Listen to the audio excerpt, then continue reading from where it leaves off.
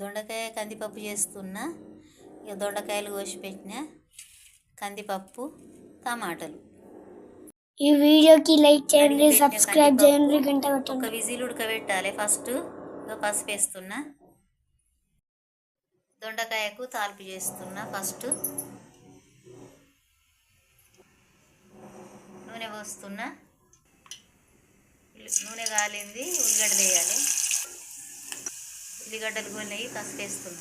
First దొండకాయలు వేయాలి.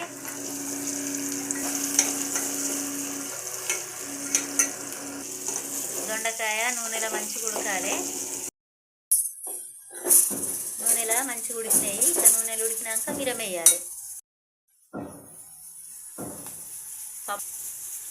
పప్పుకు దొండకాయకు సరిపోయేటట్టు దొండకాయలను మిరం వేసుకోవాలి. ఒక చెంచా అల్లం ఎల్లిగడ్డ.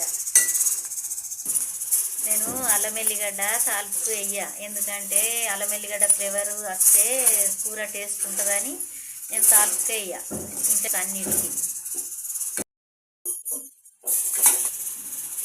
ఇట్లా ఉడికింది. ఉడికినాక నీళ్ళు పోయాలి. దొండకాయ ఉడికేటట్టు నీళ్ళు పోయాలి. దొండకాయ సగం ఉడికింది. టమాటా వేస్తున్నా.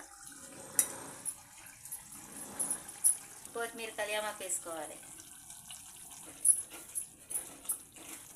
టమాటా మందం ఉప్పు వేస్తున్నా.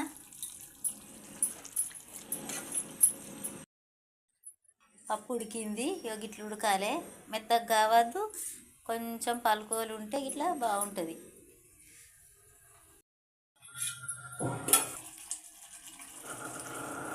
దొండకాయ టమాటా ఉడికింది.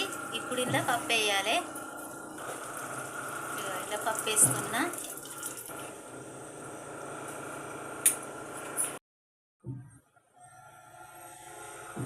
దొండకాయ కందిపప్పు ఇట్లా ఉండాలి. పప్పు గంటల వాడాలి, దొండకాయలు గంటల వాడాలి. ఇట్లా ఉండాలి.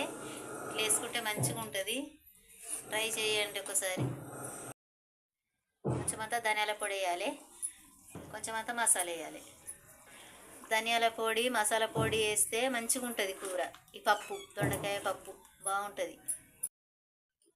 అయింది. దొండకాయ పప్పు రెడీ అయింది. ఇక దించుతా.